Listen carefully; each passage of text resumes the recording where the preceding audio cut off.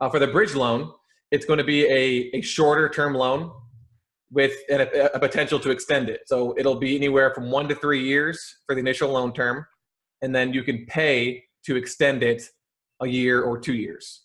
So it is possible if you have a hold period of 5 years to have a bridge loan the entire time. Generally, bridge loans are going to be interest only, but they're going to have a higher interest rate because they are shorter term. And one of the main reasons why you want to use a bridge loan is because you have the ability generally to include the renovation costs. So let's say, for example, you're doing a value add deal and you need to spend $500,000 on renovations. And if you had to raise that extra $500,000, it's obviously going to affect your returns. But if you can include that in the actual financing, all of it in the financing in some cases, then that reduces the amount of money that you need to bring to the closing table than you would have if you had to actually pay for it up front. And there's also, with the bridge, if you do not get it pre-funded, but you just have a commitment to fund, and then you borrow after you show that you've done some work, then you're not borrowing at the beginning. You're not basically paying for money that you're not using. You only pay interest on money that you've actually used. Think of a personal loan versus a line of credit.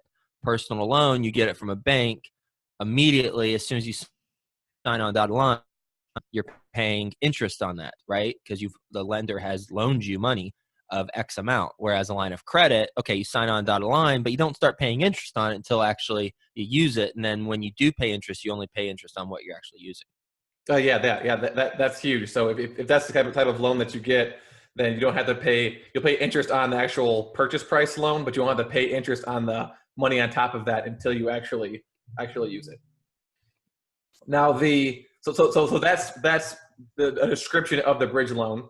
The permanent loan is not necessarily the exact opposite, but the permanent loan or the Fannie Freddie is a longer term loan. So it's going to have an actual term of 5 or 10 years. 5, 7, 10. Yeah, 5, 7, or 10 years. And then it's going to be amortized over 20, 25, or 30 years, depending on the type of what lender you use. So for the permanent loan, there is the potential for interest only still. So that's still something that you could possibly do. And you will get lower interest rates on this type of loan. And I forgot to mention this for the bridge loan, so I'll mention it now.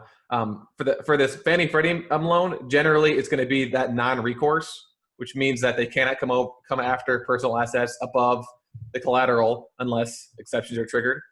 And the bridge loan is generally typically full recourse, which means that they can. So that's something else that's a difference between the two. And there are certainly exceptions. All of our bridge loans are non-recourse. Yeah, all the bridge loans that we have.